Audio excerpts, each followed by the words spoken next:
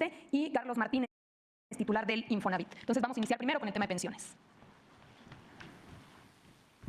Muchísimas gracias. Bueno, como hemos dicho, una de las reformas fundamentales que hemos presentado tiene que ver con revertir los efectos de dos reformas dañinas en contra de los trabajadores que pasaron a cuentas individuales, lo que eran las pensiones, que es la reforma de 1997, aprobada en el sexenio de Zedillo, y de 2007, esta reforma aprobada en el sexenio de Felipe Calderón. ¿Cuáles fueron los efectos principales de estas reformas? La primera es que cientos de miles de trabajadores quedaron fuera de la posibilidad de tener una pensión. Y esto sucedió porque los requisitos aumentaron de un día a otro. Como podemos ver en la ley del 73, que es la previa a esta reforma, los requisitos tenían que ver con llegar a contar con 500 semanas de cotización en el Instituto Mexicano del Seguro Social, es decir, 10 años. Y con la reforma se incrementó este requisito a 1,250 semanas. Es decir, se tenía que contar con 24 años de cotización en el Instituto Mexicano del Seguro Social para poder contar con una pensión. ¿Qué sucedió? Pues que un importante porcentaje de los trabajadores se quedaron sin la posibilidad de contar con una pensión. Adelante.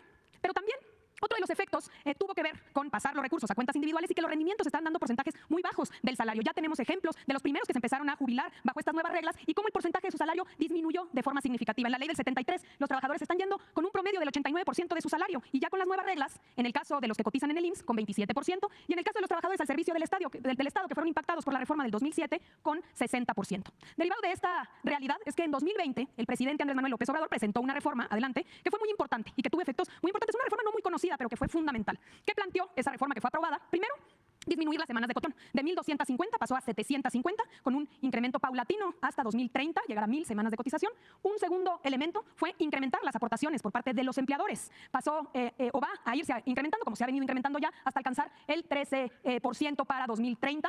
Un tercer elemento fue poner un límite a las AFORES. Las AFORES estaban cobrando, comisiones muy elevadas, y por eso se establecieron topes que han llegado en estos años a generar 160,000 millones de pesos en favor de los trabajadores que antes se iban a las comisiones de las AFORES. Y finalmente también se estableció una pensión garantizada por parte del gobierno para aquellos que estaban ganando un salario mínimo en 2020. Entonces, ya estos cambios tuvieron efectos importantes. Por ejemplo, y nada más para darles un dato, de los que se pensionaron de 2021 a 2023, el 93% se pudo pensionar gracias a que se bajaron los requisitos. De no haber hecho esta reforma en 2020, hubieran quedado excluidos de este derecho. Y también ha impactado, y la proyección es precisamente que de 27% de la ley del 97, con todos estos cambios ahora se percibirá el 64% del salario de los trabajadores. Como pueden ver, fue importante, pero todavía no suficiente. Por eso llega la reforma o la propuesta de reforma de 2024. ¿Qué está planteando esta reforma? Que los trabajadores puedan irse con el 100% de su último salario, es decir, contar con un complemento solidario para todos aquellos que ganen o se pensionen con el salario promedio del Instituto Mexicano del Seguro Social. Estamos hablando de 16,777 pesos, es decir, contar con un fondo que pueda aportar para que este trabajador pueda irse con el 100% de su salario.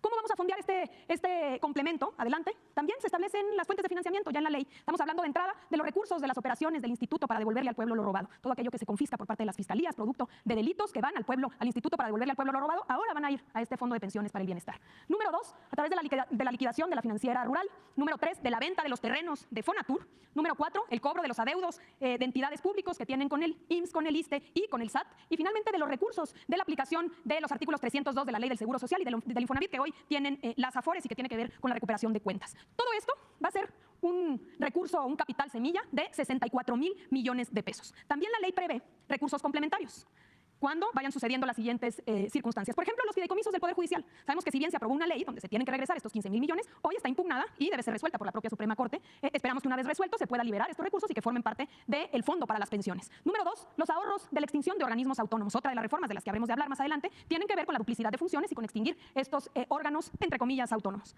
25% de las utilidades que generen las empresas paraestatales que están a cargo de Sedena y Marina, donde aquí ya se establece el fin específico que serán las pensiones, y finalmente la capitalización de los rendimientos generados por este propio fondo que irán teniendo con el tiempo. Adelante.